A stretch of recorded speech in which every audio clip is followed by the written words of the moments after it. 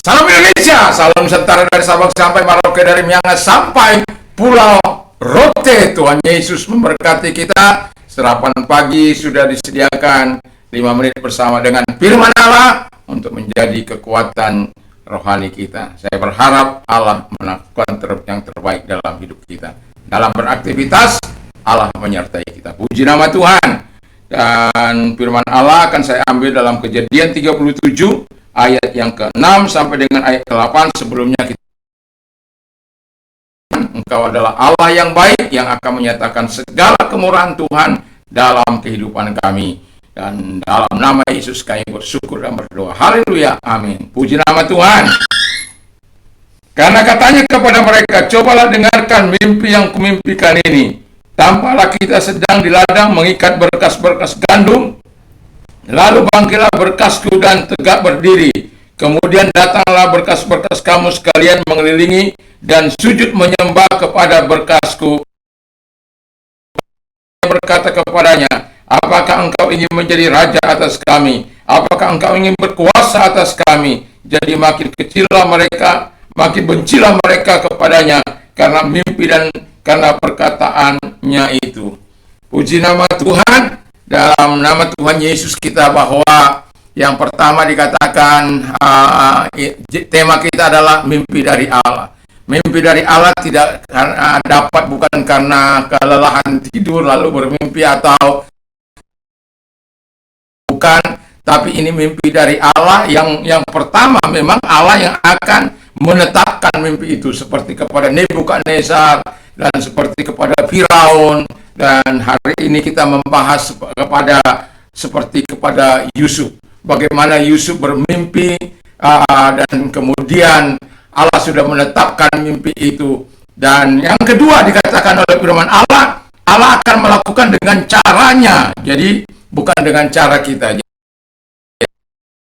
Seperti Yusuf itu berliku, bayangkan selama 13 tahun dia mengalami masa yang sulit. Bagaimana Tuhan membawa dia, melatih dia selama 13 tahun sampai di usia yang ke-30 tahun menjadi orang nomor 2.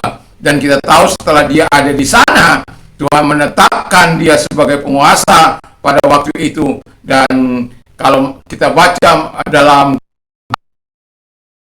22, maka kita akan temukan di sana bagaimana firman Allah yang kita baca tadi, mereka bahwa akhirnya saudara-saudaranya itu datang kepada dia sujud menyembah. Allah membawanya berliku-liku dalam kehidupannya, sementara Firaun tidak berliku-liku. Ada datang menerjemahkan mimpinya, yaitu Yusuf sendiri.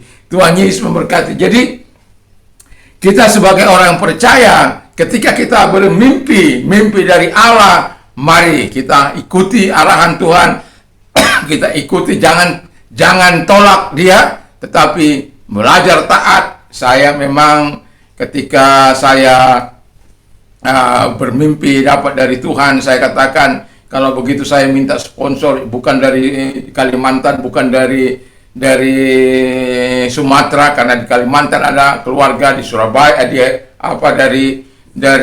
di Sumatera ada keluarga, tapi harus dari Jawa. Dan tahukah Anda bahwa Tuhan menggenapinya? Sementara saya sedang mengkerdilkan Tuhan, manalah mungkin, tapi Tuhan memungkinkan segala sesuatu. Dan sponsor itu, dia sampai saya selesai 3 tahun, itu dia menolong saya. Jadi Tuhan Yesus memberkati. Yang ketiga adalah Allah membuat mimpi menjadi kenyataan. Jadi mimpi Anda bisa menjadi kenyataan kalau Allah terlibat di dalamnya,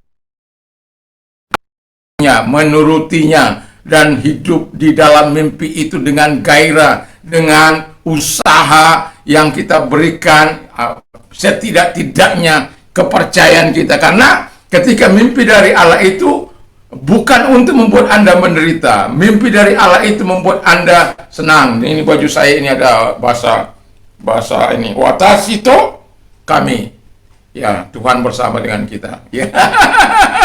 Jadi kalau mimpi itu senantiasa Tuhan akan nyatakan dalam kehidupan kita sebagai orang percaya, agar kita bisa melihat mimpi Allah itu menjadi kenyataan dalam hidup kita, sama seperti Yusuf memberikan Allah memberikan mimpi dan Allah menggenapinya. Tuhan Yesus memberkati. Saya berharap kita pernah mendapatkan mimpi dari Allah.